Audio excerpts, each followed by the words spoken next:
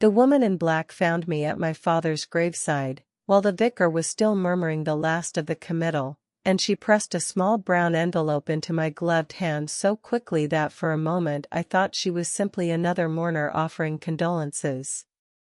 "Ask your mother," she whispered, close to my ear, "what happened to Thomas Hargreave.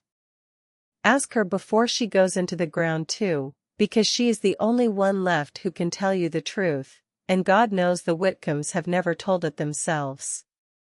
Then she turned and walked away through the wet grass, between the headstones, and was gone before I even thought to call after her. I stood there with the vicar's voice still going on somewhere behind me, my mother's black-gloved hand tightening on my arm, and I did not understand, in that moment, that the woman had just handed me the end of my old life and the beginning of a much stranger one, folded together inside a single unremarkable envelope. "My name is Beatrice Whitcombe." That was the name on my christening gown, the name embroidered on my school blazer, the name on the deed to the flat I owned in Bath, the name printed beneath a small watercolor portrait that had hung in the front hall of Ashcombe Hall since I was 6 years old. It is not, as it turns out, the name I was born with. This is the story of how I found that out, and what it cost me to learn it, and, more than anything else, the story of the choice I had to make once I knew. I grew up believing I was simply loved into a good family, in the ordinary miraculous way that adopted children are sometimes told their story: chosen, wanted, special. My parents, Charles and Eleanor Whitcombe, never hid from me that I was adopted. They told me from the time I was old enough to ask why I didn't look like either of them, my dark hair against my mother's fair coloring, my father's pale, watchful eyes nothing like my own warm brown ones. "We chose you, Beatrice," my mother used to say, tucking me into bed in the nursery of Ashcombe Hall, the grey stone manor my family had owned for 3 generations. "Out of every child in the world, we chose you." It sounded, when I was small, like the beginning of a fairy tale. It would take me 29 years to understand it as something closer to a confession dressed up as a bedtime story. Ashcombe Hall sat at the top of a long gravel drive lined with beech trees my great-grandfather had planted, and I spent my childhood believing that every ordinary comfort of my life, the ponies in the stable, the cook who let me lick the bowl, the library with its ladder on brass rails, had simply always existed, the way weather exists, without any particular cause behind it. Children rarely ask where comfort comes from. They only learn, much later, to ask what it cost. My father was a property developer, Whitcombe and Sons, though there had never been any sons, only me, a fact he mentioned so rarely and so lightly that I never once, as a child, heard any bitterness in it. The family fortune, as far as I understood it growing up, had been built generations back on land acquired in the good old days, as my father liked to say with a certain quiet pride over Sunday lunch, when the Whitcombes had been among the first in the valley to see the value of buying up struggling farms and turning them, eventually, into the rows of handsome townhouses and later the retail parks that ringed our market town. He was not a warm man, my father, but he was not unkind either, not in any way I recognized as a child. He took me riding on Sunday mornings, our horse's breath clouding in the cold air, and he never once complained when I fell, only helped me back up and said, "On you get, Beatrice. A Whitcombe doesn't stay down in the mud." He taught me chess with more patience than I probably deserved as an impatient 9-year-old, explaining, over and over, that the board rewarded the player who thought 3 moves further ahead than everyone else at the table. He called me my girl in a voice that, at the time, I heard only as affection, and it did not occur to me until very much later to wonder whether a man capable of such patient tenderness toward a chessboard, and toward me, might also be capable of something else entirely, held very carefully out of view. My mother was different, softer, more present, the kind of mother who remembered every school play and cried at every one of them, who kept a scrapbook of my childhood so thorough it bordered on obsessive ticket stubs and pressed flowers and a lock of my hair from my first haircut, tied with a faded blue ribbon. She used to say, when I asked her why she cried so easily at things that weren't sad, "Because I remember what it was like before you, Beatrice. I remember the wanting." I adored her without complication, for 29 years, right up until the funeral I have already told you about. I never asked, as a child, where I came from before Ashcombe Hall. I asked, once, when I was perhaps 7, why my birth mother hadn't wanted me, and my mother Eleanor had gone very still, the way adults go still when a child has accidentally wandered close to something they aren't meant to see, and said only, "It wasn't that she didn't want you, my darling." Sometimes life simply doesn't let people keep what they love most. I remember thinking, at 7, that this was a beautiful and very sad thing to say, and I did not think of it again for over 20 years.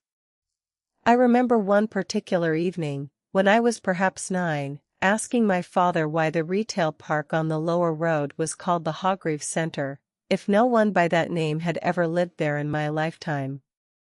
He had been carving the Sunday joint at the time, and his knife had gone very still against the meat for a moment before he answered, in a voice that was, I now realize, carefully, deliberately light. "It's simply tradition, Beatrice," he said. "You name a development after the land it once was. It sounds better than calling it the Whitcombe Center, don't you think? Less like we're boasting." My mother, at the other end of the table, had said nothing at all, only reached for her wine-glass with a hand that was, I understood only many years later, not quite steady. I had accepted the explanation completely, the way children accept almost anything an adult tells them with sufficient confidence, and had gone on eating my dinner, never once imagining that the name had been left there, hiding in plain sight on every shop sign and car park marker in that development, like a splinter my father could not quite bring himself to fully remove. It was only much later, holding a stranger's envelope at my father's grave, that I understood how carefully that good fortune had been built and on what, precisely, it had been built. I did not open the envelope that day. I put it in my coat pocket and went through the rest of the funeral, the reception at Ashcombe Hall, the murmured condolences from men in dark suits who had done business with my father for decades and spoke of him in the reverent, careful language men use for other men whose money they still hope to touch, the long hours of standing beside my mother while she accepted sympathy she seemed, even then, to receive with a strange and careful stillness, as though she were bracing for something rather than simply grieving. And I did not think of the envelope again until nearly midnight, when the house had finally emptied and I sat alone in my old childhood bedroom, unable to sleep, listening to the house make the particular settling sounds old houses make at night, as if even the walls were exhaling after a long day of performance. Inside the envelope was a single photograph, old and creased at one corner, of a man and a woman standing outside a whitewashed farmhouse, a small boy at the woman's side and, in the woman's arms, a baby wrapped in a white shawl. The man had his hand resting lightly on the boy's shoulder, and he was looking not at the camera but at the woman, with an expression I did not have a word for yet but would, in time, come to recognize as simple, uncomplicated love. On the back, in faded pencil, someone had written, Thomas, Alice, Daniel, and baby Grace Hargreave Farm, 1996. I did not recognize any of these people. And yet something in the baby's face, or perhaps I only imagined it afterward, the way we always imagine we recognize ourselves in old photographs once we know to look, made the back of my neck go cold. There was nothing else in the envelope. No note, no explanation, nothing but that photograph and the two names the woman in black had spoken at the graveside, Thomas Hargreave, and my mother, who was apparently the only one left who could tell me the truth. I sat with the photograph for a long time, turning it over and over, reading and rereading the 6 words on the back as though they might rearrange themselves into something less alarming if I simply looked at them long enough. Thomas, Alice, Daniel, and baby Grace. A family. A whole family, complete, standing outside a farmhouse in the sunshine, in a photograph that had somehow made its way into a stranger's black-gloved hand at my father's funeral, 30 years after it was taken. I did not sleep that night. In the morning, before my mother came down to breakfast, I went into my father's study, a room I had rarely been permitted to enter as a child, and had entered even less since I'd moved away for university, and I began, for the first time in my life, to look. My father was a meticulous man, and meticulous men, I have since learned, rarely destroy paperwork. They simply file it somewhere they believe no one will ever think to look. It took me the better part of 2 days, working while my mother slept off her grief upstairs and the housekeeper moved quietly through the rest of the house, pretending not to notice how long I was spending shut in a room I had never once shown any interest in as a child, to find the locked drawer at the bottom of his old oak filing cabinet, and longer still to find, tucked behind the account books for the estate, the key that opened it taped, absurdly, to the underside of his desk, as though some small, buried part of him had wanted it findable, eventually, by someone patient enough to look. Inside were adoption papers. My adoption papers, dated the spring I was 11 months old, issued by the county court, naming Charles and Eleanor Whitcombe as adoptive parents of a female infant previously registered as Grace Hargreave. I sat on the floor of my father's study for a very long time after that, the papers spread around me like the pieces of a puzzle I had not known I was missing, and I felt something shift inside my chest that I can only describe, even now, as the sensation of an entire life quietly rearranging its own furniture. I read the document 3 times, as if repetition might change the name printed there, and each time it said the same thing: I had been someone else first. Someone with a mother and a father and, if the photograph was to be believed, an older brother named Daniel, before I had ever been Beatrice at all.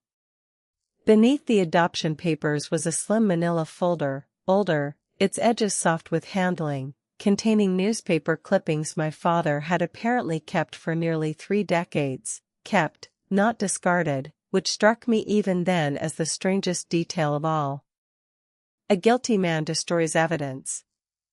A man who keeps it, locked away but intact, is doing something closer to penance, or perhaps simply cannot bring himself to fully let go of what he has done, the way some people cannot throw away a photograph of someone who hurt them. I read the clippings there on the floor, in the gray morning light coming through the study window, and by the time I finished, I understood that the woman in black had not exaggerated a single word. Local farmer charged in warehouse arson, read the first headline, dated some 29 years earlier. Thomas Hargreave, 34, of Hargreave Farm, has been charged with arson following the fire that destroyed the Whitcombe and Sons grain warehouse on the Lower Road last month, resulting in damages estimated at over £80,000. Hargreave, whose family farm borders Whitcombe land, has denied all involvement, telling reporters outside the courthouse, "I have never in my life set foot near that building after dark. Someone wants my land and they have found a very cruel way to get it." I read that quoted line 3 or 4 times. Someone wants my land and they have found a very cruel way to get it. A man had said that, in public, to a reporter, 30 years ago, and it had been printed as a single line in a small local paper and then, apparently, forgotten by everyone except the man who had planted it, keeping the clipping like a trophy in a locked drawer. The second clipping, some months later, farmer convicted, family farm seized. Thomas Hargreave was today found guilty of arson at Fenridge Crown Court and sentenced to 5 years imprisonment. The Hargreave farm, mortgaged against legal costs during the trial, has been repossessed and sold to Whitcombe and Sons for an undisclosed sum, clearing the way for the long-planned Lower Road development. The third clipping, less than a year after that, buried on an inside page where such small tragedies are usually kept: local man dies in custody. Thomas Hargreave, serving a 5-year sentence for the Lower Road arson, has died at HMP Fenridge following what prison authorities describe as a sudden illness. He is survived by his wife, Alice, and 2 young children.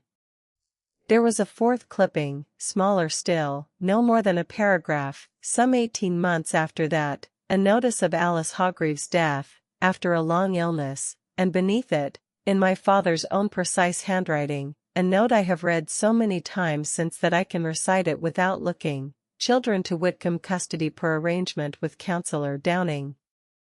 D. Hargreave to Fenridge Boys Home. G. Hargreave to us. E. finally has her child. Matter closed. Matter closed. I sat with those 2 words for what felt like an hour, though it was probably only minutes.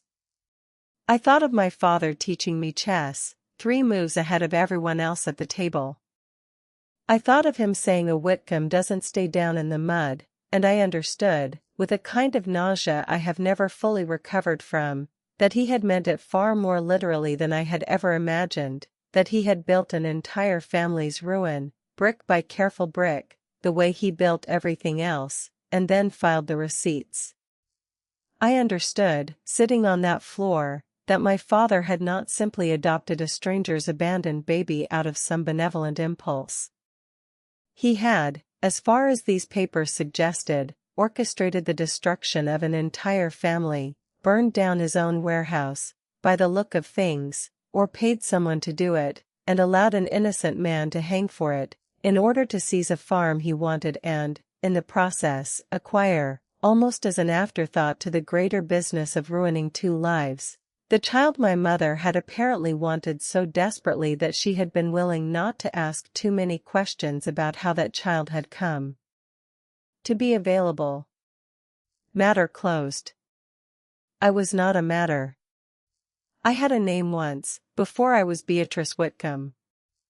I had a mother who had died of grief, and a father who had died in a cell for a crime he almost certainly had not committed. And, the photograph in my coat pocket reminded me, a brother, somewhere, who might still be alive, who might remember a whitewashed farmhouse and a mother who sang off-key and a whole life that had been quietly, deliberately taken from him before he had even reached the age I now was.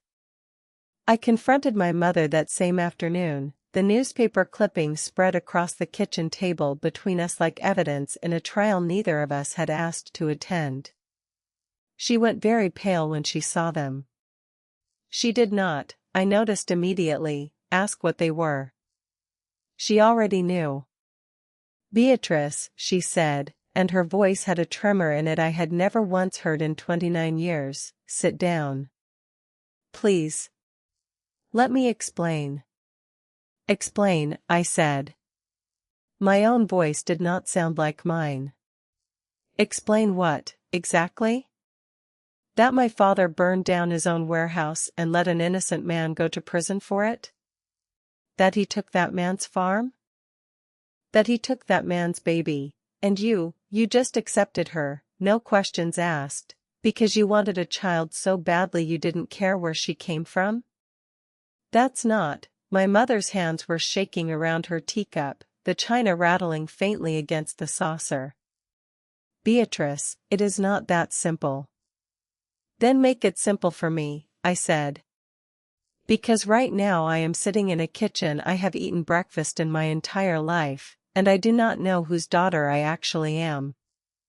She was quiet for a long moment, looking down at her own hands as though she were reading something written there.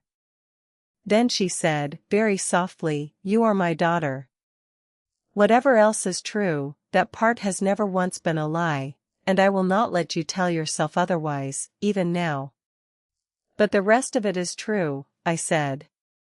It was not a question. My mother closed her eyes. Your father wanted the Hargreave land for years before any of this happened, she said. Thomas Hargreave refused every offer he made, decent offers, at first, or so your father always told me, and I believed him, because I wanted to. It became, I did not understand, at first, how far Charles was prepared to go to get what he wanted. I want you to believe that, even though I understand you have no reason to. I did not know about the fire until after Thomas was already arrested. By the time I understood what your father had actually done, a man was already in prison, and her voice broke. She pressed the back of her hand to her mouth for a moment, composing herself, and when she spoke again her voice was steadier, but only just. I was a coward, Beatrice. I told myself it was already done, that nothing I said could undo a conviction, that the kindest thing left to do, the only thing left to do, was to make sure the children were not simply lost in the system when their mother died of the grief of it all. I asked your father to let me take the baby. I begged him, actually, on my knees in this very kitchen, because I had lost 2 babies of my own by then and I did not think my body would ever manage to keep one, and there you were, 11 months old, in a council file somewhere, about to be scattered into foster care exactly like your brother was. I did not ask your father to do what he did to that family. But I did not stop him either, once I understood it, and I did not tell the truth once it was done, and I have told myself for 29 years that silence and complicity are different things. I no longer believe that they are. I did not know, in that moment, what to do with so much truth arriving all at once. I only knew that the mother I had adored without complication for 29 years had just told me, in her own words, kneeling in her own kitchen, that she had built her happiness on another woman's grave, and that some small, exhausted part of her had apparently been waiting for someone to finally make her say it out loud. Did he ever regret it? I asked. My father. Did he ever say anything at all, that made you think he was sorry? My mother looked at me for a long moment. He kept the clippings, she said. For 30 years, locked in a drawer he never once let me open. I used to think that meant something. I am no longer certain it did. I think, in the end, your father was a man who wanted very badly to have done nothing wrong, and kept the evidence that he had, and never resolved the 2 things in himself at all. I do not think he was sorry, Beatrice. I think he simply could not bear to fully forget. The woman in black, I learned her name 3 days later, when she rang the house directly, her voice steady and careful on the telephone, as though she had rehearsed the call many times before finally making it, was called Margaret Bell, née Hargreave. Alice Hargreave's younger sister. My great-aunt. I have been looking for you and your brother for 28 years, on and off, she told me, when I met her at her small terraced house 2 towns over, a week after the funeral, sitting in a front room crowded with photographs I did not yet have the courage to look at closely. I could not prove anything, not properly, not in a way anyone official would listen to. Everyone in the valley knew, or half knew, what had really happened to Thomas. You don't burn down a man's whole life over a grain warehouse and have nobody notice the smell of it, but knowing and proving are very different animals, as I'm sure you're beginning to understand. Why did you wait until the funeral? I asked her. Why not come to me years ago? Because I did not know where you were, for a great many of those years, Margaret said. The Whitcombes were very thorough about that. And because, she added, more quietly, I did not know, until I saw you standing at that graveside, whether you would want to know at all. Some people, when you hand them the truth about where they come from, would simply rather not have it. I had to look at your face first, Beatrice, and decide whether you were the sort of person who could survive being handed it. And what did you decide? She smiled, a small, tired smile. I decided you had your mother's chin, she said, and Alice never once in her whole life backed away from a hard truth, so I thought you might have inherited that too, whatever else you did or didn't inherit. I was gambling on it, if I'm honest with you. I am glad, now, that I gambled correctly. She showed me photographs that afternoon, dozens of them, more than I could properly absorb in a single sitting. Alice as a girl, Alice on her wedding day, Alice heavily pregnant with me, laughing at something outside the frame. She told me about the farm, about Thomas's stubborn refusal to sell land his own grandfather had cleared by hand, about the small, ordinary happiness of a family that had, as far as Margaret could tell, wanted absolutely nothing more than to be left alone with what was theirs. "He wasn't a saint, your father, your first father, I mean," she said. "Thomas had a temper on him, and he and my sister fought like cats some weeks, same as any married couple. I won't have you thinking I've come here to sell you some pretty fairy story. But he was not a man who burned down buildings, Beatrice. He was a man who got up at 4 in the morning to milk cows he loved, arguing about the price of feed for. That is the truth of who your father was, whatever the newspapers eventually said about him. It took me 3 weeks to find him. His name was Daniel Hargreave, and Margaret, who had spent decades quietly trying to locate the niece and nephew scattered by my father's ambitions, put me in touch with him through a reunion registry she had listed us both on years before, in the patient, unglamorous way that such long searches are actually conducted, nothing at all like the dramatic reunions on the television programs I had half-watched as a child without ever once imagining I might one day be a character in one myself. We met in a cafe in York, a neutral place neither of us had any history with, and I recognized him immediately, not from any resemblance to me, but from the resemblance to the boy in the photograph, grown into a broad, tired-eyed man in his mid-30s, a mechanic by trade, married with 2 children of his own, his hands scarred in the particular way that comes from years of honest manual work. "Grace," he said, when I sat down across from him, and it was strange to hear a stranger say a name that was apparently, technically, mine. "Sorry, Beatrice. I don't know what to call you." "I don't know either," I admitted. "I've been Beatrice for 29 years. I don't know how to be anyone else." He studied me for a long moment, his hands wrapped around a coffee cup he didn't drink from. "You look like her," he said finally. "Our mum. I was 6 when she died. I don't remember much, but I remember her face better than I remember most things, and you've got her chin." Her exact chin. I did not know what to say to that. I had spent 29 years being told, in various small ways, that I resembled no one in my family, and I had never once minded, because I had never once thought there was someone out there I was actually supposed to resemble. "I hated you, for a while," Daniel said, quite plainly, without any apparent cruelty in it, simply a fact he seemed to feel I deserved to hear directly. "Not you, I didn't know you, obviously. But the idea of you. Growing up in that house, in that family, on our dad's own land, more or less, while I was in a boys' home eating porridge with no lumps in it because the woman who ran the place thought lumps built character. I used to think about it a lot, lying in that dormitory. The Whitcombe girl, living in the big house, probably never even knew our name." "I didn't," I said. "I want you to know that. I didn't know any of it until 3 weeks ago." "I believe you," he said, after a moment. "You've got the look of someone who's just had the floor taken out from under her." I remember that look.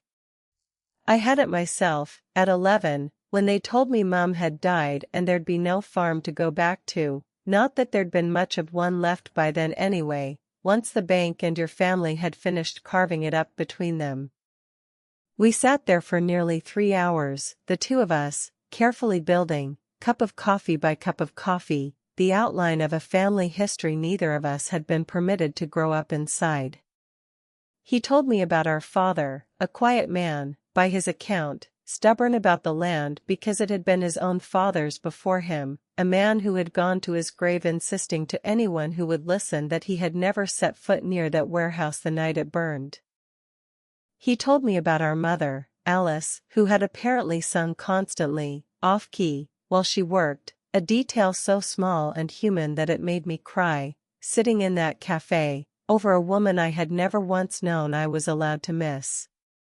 We met again, twice more, over the following month, once at a park with his 2 children, a boy of 8 and a girl of 5, who regarded me with the frank, unembarrassed curiosity children reserve for adults they haven't yet decided whether to trust, and once at his own small terraced house, where his wife, Susan, a warm, practical woman with flour on her apron, hugged me at the door as though we had known each other for years rather than minutes, and said, simply, "Well, you're family, aren't you?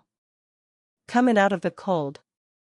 "What are you going to do?" Daniel asked me, near the end of that second proper visit, once the children had been sent up to bed, "now that you know?"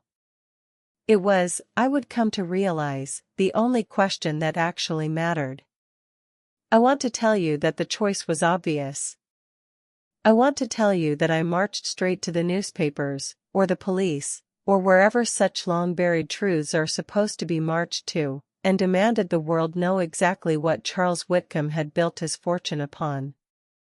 The truth is that it took me nearly 2 months to decide anything at all, and during those 2 months I existed in a kind of suspended grief for 2 families at once, grieving a father I had just discovered was, by any honest measure, a monster, and grieving, simultaneously, the idea of him I had loved uncomplicatedly for 29 years, because it is entirely possible, I learned, to grieve a lie the same way you grieve a truth, provided you loved it while you believed it.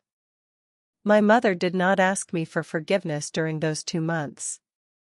She asked, instead, with a kind of quiet persistence I found almost unbearable, whether I would let her make some kind of amends, though neither of us knew, at first, what that could possibly look like for a man who had already been dead a year by the time the truth was found, and a family already scattered for nearly 3 decades. There were harder conversations too, ones I have not fully told you about.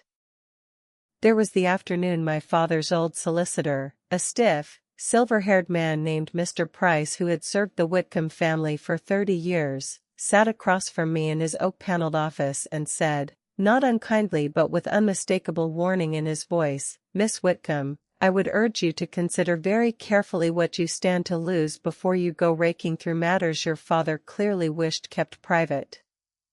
The business, the estate, your own standing in this town, none of these things survive well under that kind of scrutiny." I remember looking at him, at his careful, practiced concern, and understanding that he had almost certainly known, or at least suspected, exactly what my father had done, and had simply decided, 30 years ago, that his own comfort was worth more than the truth. I did not use his firm again. There was also the evening my mother handed me a small, water-stained diary she had kept hidden even from herself, in a sense, tucked at the back of a wardrobe for nearly 3 decades, Alice Hargreave's own diary, which my father had apparently taken from the farmhouse before it was sold, and which my mother had found, years later, going through his things, and had never been able to bring herself either to read fully or to destroy.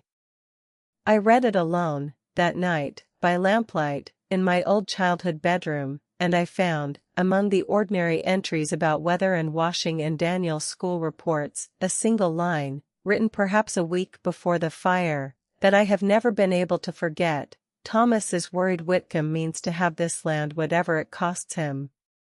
I told him not to be dramatic. I wish now I had listened to him instead of laughing. I sat with that sentence for a long time.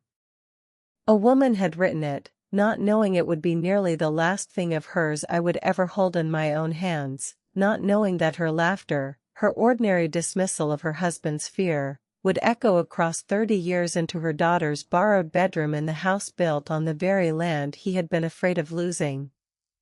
It was Daniel, in the end, who offered the shape of an answer, over another cup of coffee, in another cafe, some 6 weeks after our first meeting. "I don't want your money," he told me plainly.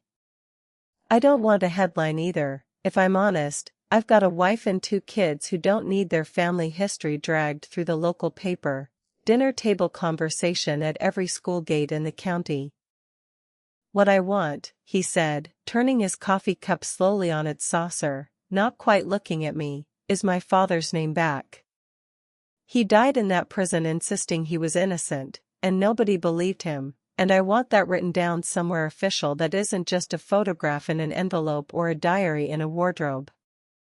I want it on the record, properly, legally, so that if my own kids ever go looking, the way you and I have had to go looking, they find the truth waiting for them instead of 30 more years of silence.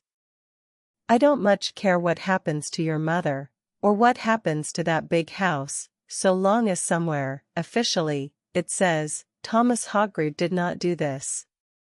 That, I came to understand, was the choice actually in front of me, not the dramatic, sweeping choice of destroying one family to honor another, the kind of choice a film might have offered me, tidy and cathartic, but the quieter, harder work of finding out exactly how much truth could be surfaced, and how carefully, without simply trading one injustice for a different one, without making Daniel's children pay, in their own way, for a crime that had already cost their grandfather everything. I hired a solicitor, not Mr. Price, whose loyalties I no longer trusted, but an independent one, recommended by Margaret, a sharp young woman named Allison Ferris who specialized in exactly this kind of posthumous unraveling. Together, over the following year, we built a case for the Criminal Cases Review Commission, using my father's own newspaper clippings and private notes, along with statements Margaret had quietly gathered over decades from an old Whitcombe and Sons foreman, a man named Harold Vance, who had always suspected the truth and had, it turned out, been waiting nearly 30 years for someone to finally ask him directly. I saw your father's car near that warehouse the week before the fire, he told me, sitting in his own small kitchen, his voice heavy with an old, unspent guilt. I never said anything. I had a mortgage and 3 children and I told myself it wasn't my business. I have thought about that man in prison more nights than I can count. I am glad, in a strange way, that someone has finally come asking. We also secured a forensic reassessment of the original fire investigation, which had been, unsurprisingly, once anyone actually looked properly, rather than accepting the tidy conclusions offered 30 years before, deeply flawed from the start, relying on outdated methods and a single circumstantial witness who, it emerged, had been a Whitcombe and Sons employee at the time, though this fact had never once been disclosed at trial. It took 2 years, in the end, for Thomas Hargreave's conviction to be posthumously quashed. I was not required, Allison assured me, to make any of it public beyond the formal record, but I chose to anyway, in a single careful statement issued through her office, acknowledging that new evidence had established my late father's role in a miscarriage of justice that had destroyed the Hargreave family, and that I, as his heir, intended to make what restitution I could. I sold the retail park that had been built on the old Hargreave land, the single largest asset of Whitcombe and Sons, and split the proceeds between a trust in my birth parents' names, administered jointly by Daniel and myself, and a fund for wrongful conviction support, because it seemed to me, by then, the only honest thing to do with money that had been built on someone else's ruin. I was not required to attend the Court of Appeal hearing that finally quashed Thomas Hargreave's conviction. Allison told me this plainly, more than once, in the weeks leading up to it, that such matters were often handled almost entirely on paper, that my presence would change nothing about the legal outcome, that I should feel no obligation to sit through what would likely be a brief, procedural, faintly anticlimactic morning after 2 years of work.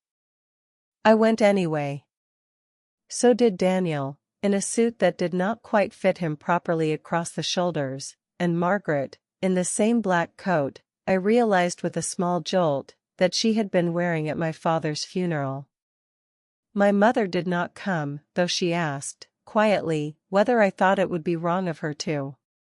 I told her the truth, which was that I did not know, and that I thought perhaps that was a question only she could answer for herself.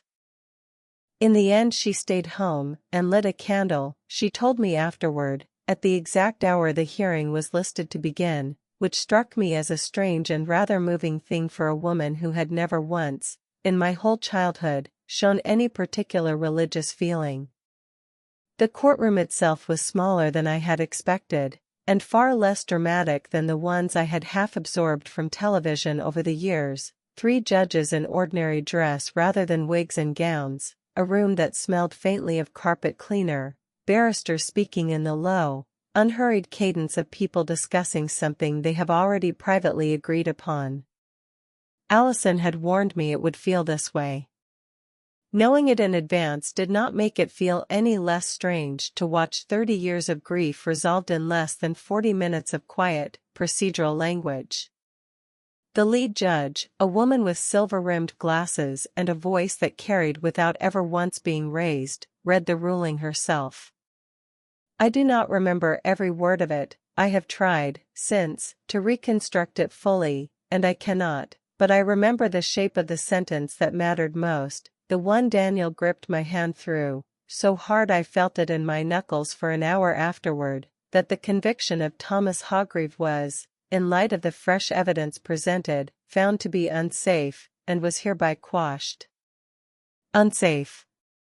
It seemed, to me, such a small, bloodless word for what had actually happened, for a man dying in a cell insisting on his own innocence, for a widow dying of grief 18 months later, for 2 children scattered into a system that had no idea, and no particular interest in knowing, what had truly been taken from them. But Daniel, beside me, made a sound I had never heard a grown man make before, something between a laugh and a sob, and said, under his breath, unsafe. There it is. Written down. Unsafe. And I understood, watching his face, that the word mattered enormously after all, not because it was large enough to hold everything that had happened, but because it was, finally, official, permanent, unerasable, exactly the thing he had asked me for over coffee 18 months before. Outside the courthouse, on the steps, in weak autumn sunshine, Margaret took both our hands, mine and Daniel's, and held them together in her own for a long moment, saying nothing at all, and I understood that this, too, was its own kind of ceremony, the closest thing our scattered, reassembled family would ever get to a proper homecoming. I will not pretend the aftermath was simple, or that the town received my careful statement with the quiet dignity I had hoped for.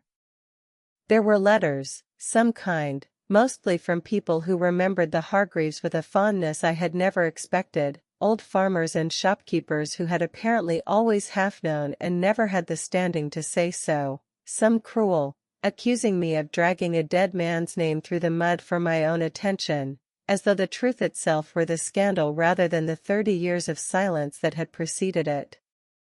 My mother bore the worst of it, I think, in the small, particular way that small towns punish the people who remain rather than the ones safely dead and unable to feel the sting of it.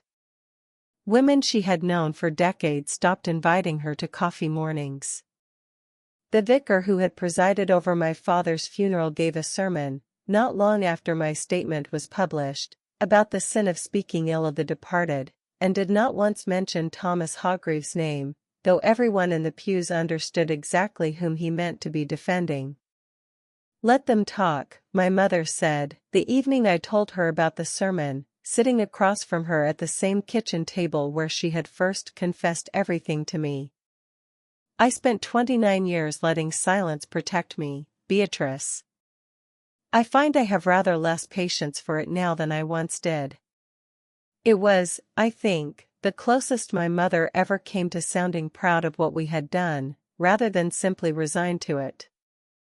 I did not, in the end, choose one family over the other, though for a long time I believed that choice would eventually be demanded of me, the way it so often is in the stories we tell about adoption and blood and belonging, a single dramatic moment where a person must stand at a crossroads and pick a direction, leaving the other path to wither behind them.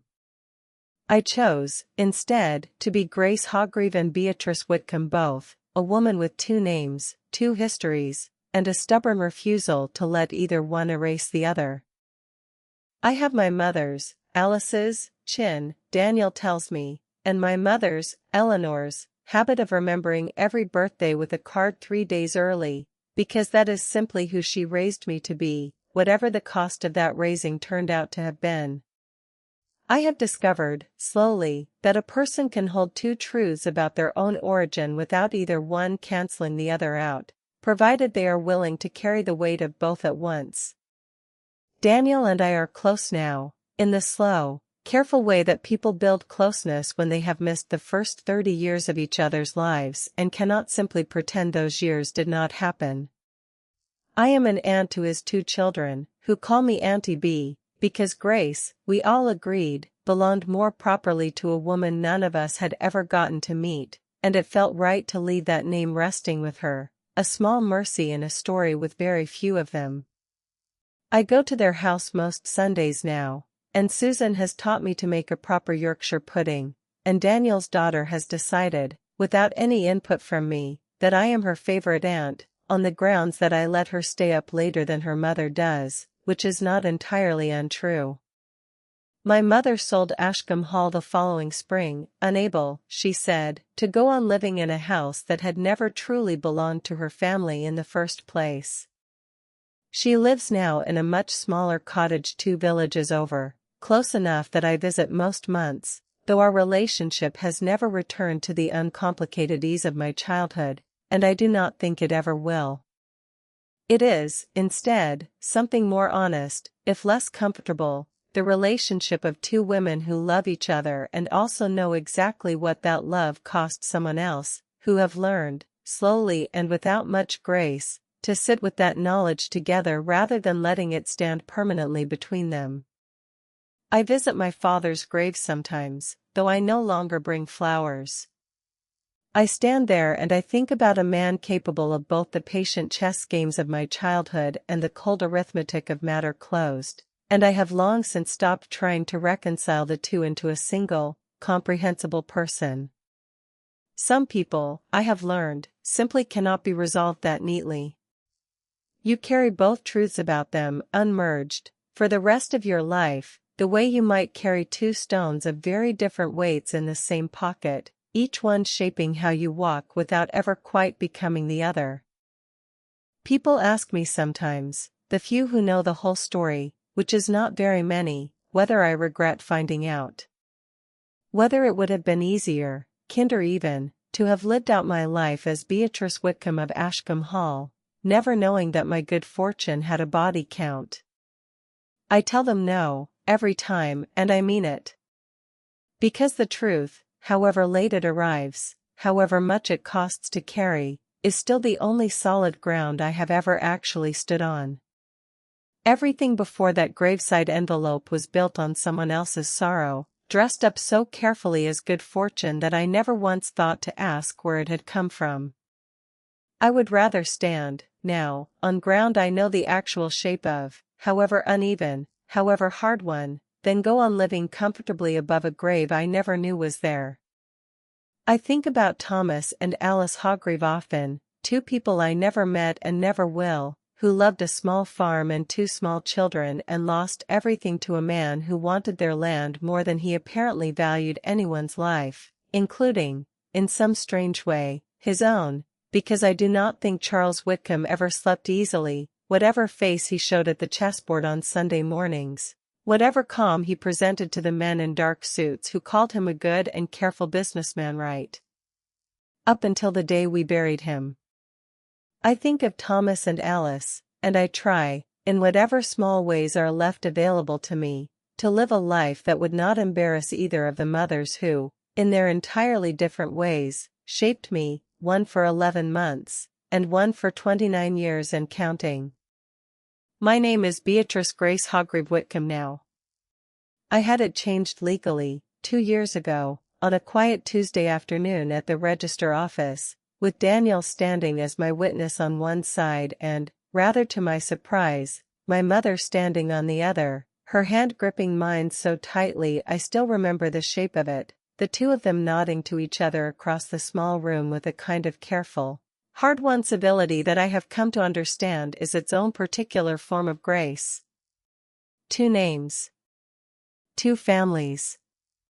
One truth, finally, fully spoken, after 30 years of silence that very nearly swallowed it whole. It turns out that is enough to build a life on, after all, more honest ground, certainly, than the one I started on, and mine, entirely and only mine, in a way that Ashcombe Hall, for all its greystone grandeur, never quite managed to be.